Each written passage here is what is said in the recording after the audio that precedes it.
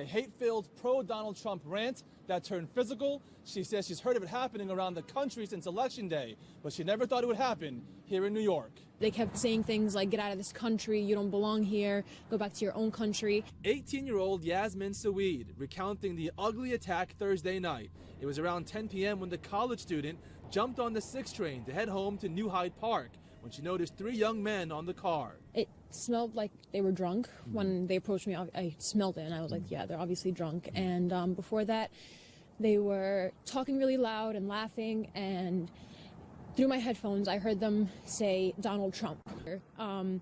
They were like, take that rag off your head. One of them reached for my hijab from the back and tried to pull it off, but I put my hand on top of my head so it wouldn't fall off. Saweed says to add insult to injury, no one defended her. I looked at people, watched me, and they just looked away.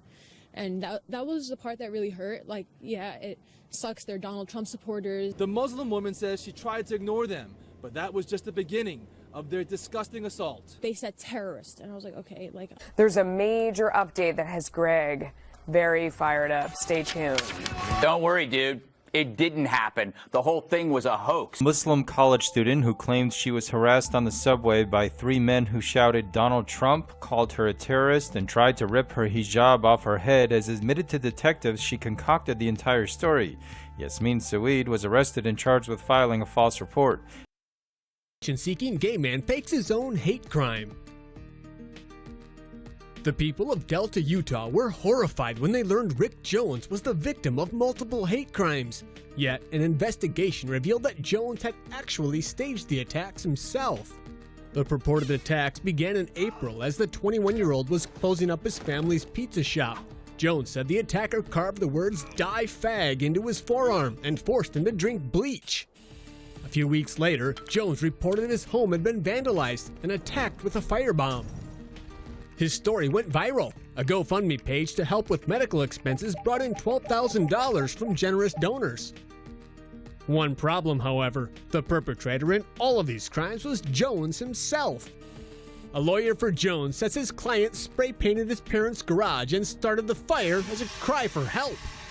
He admitted to going all Tyler Durden on himself in the pizza shop and carving the words into his own arm. Jones comes from a conservative family of fundamentalist Baptists and only recently came out to his family. The GoFundMe money is being refunded to the original donors, and Jones is receiving mental health treatment. You probably saw this horrific looking picture about a gay person assaulted by Trump supporters outside of a bar. The claim is that he was severely beaten by emboldened Donald Trump supporters who said something about how we have a new president, you're a faggot, something along those lines. So after he posted the dramatic pictures to Facebook, people started questioning if he was authentic, and he posted a picture from the ER as proof. But of course, just one little problem. The Santa Monica police did a scan of all the hospitals in the surrounding area where the crime took place, and no one came in for such a thing. The verdict? Fake! Case of the racist signs posted outside of Colorado Springs churches. Yeah, police say they know who's posting the signs, and tonight we talked with the suspect. We told you about the signs posted outside the New Covenant Church of God in Christ near downtown Colorado Springs. Many of the signs referenced the KKK. This comes less than 2 weeks after the deadly church shooting at a historic African-American church in South Carolina. This is the man who's behind the hate posters plastered around Colorado Springs. Why are you putting them up? To know how corrupt and crooked this town is. I'm going to show you 15 of these supposed hate crimes that have been proven to be false. A Muslim student fabricated Muslim hijab grab by Trump supporters.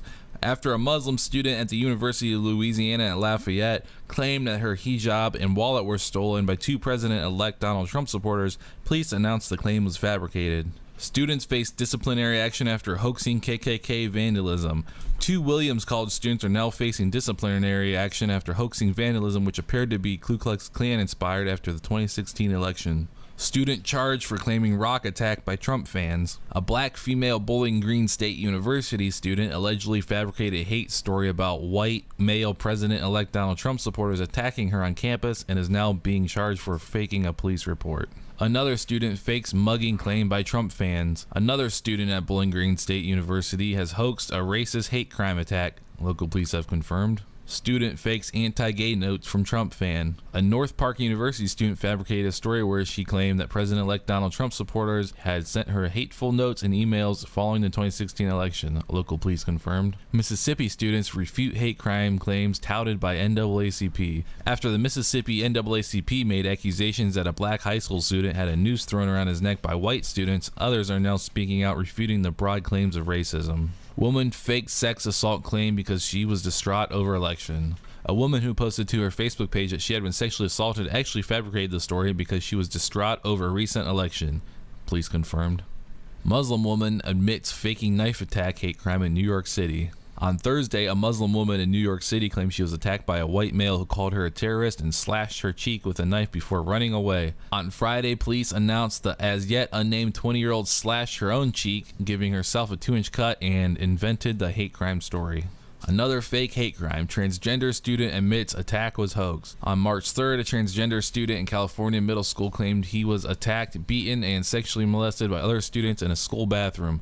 Only a day later, the student admitted that the claimed attack never happened. CAIR calls in feds over possible hate crime against air conditioning unit. The Council on American Islamic Relations, a group funded by members of the Muslim Brotherhood and designated as a terrorist organization in the UAE, is considered that damage to a Manassas, Virginia mosque air conditioning unit is a result of possible anti-Muslim bias motive, the group said in 2 separate press releases from its national branch this week. Gay YouTuber faked hate crime attack on himself. Popular homosexual YouTuber Callum McSwiggan reportedly faked an alleged hate crime attack on himself in West Hollywood on Monday, according to Los Angeles County Sheriff's Department.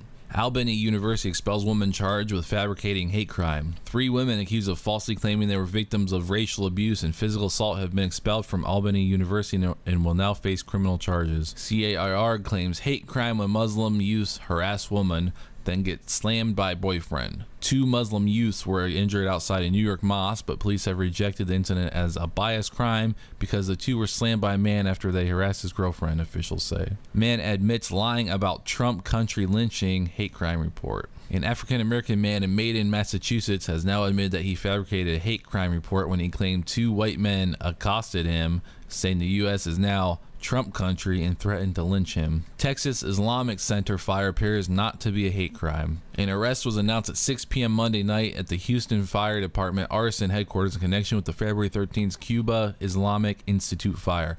Daryl Ferguson, age 55, Houston, has been charged with arson. It appears the fire is not a hate crime. Ferguson told reporters at the police station that he was trying to keep warm and the fire was an accident.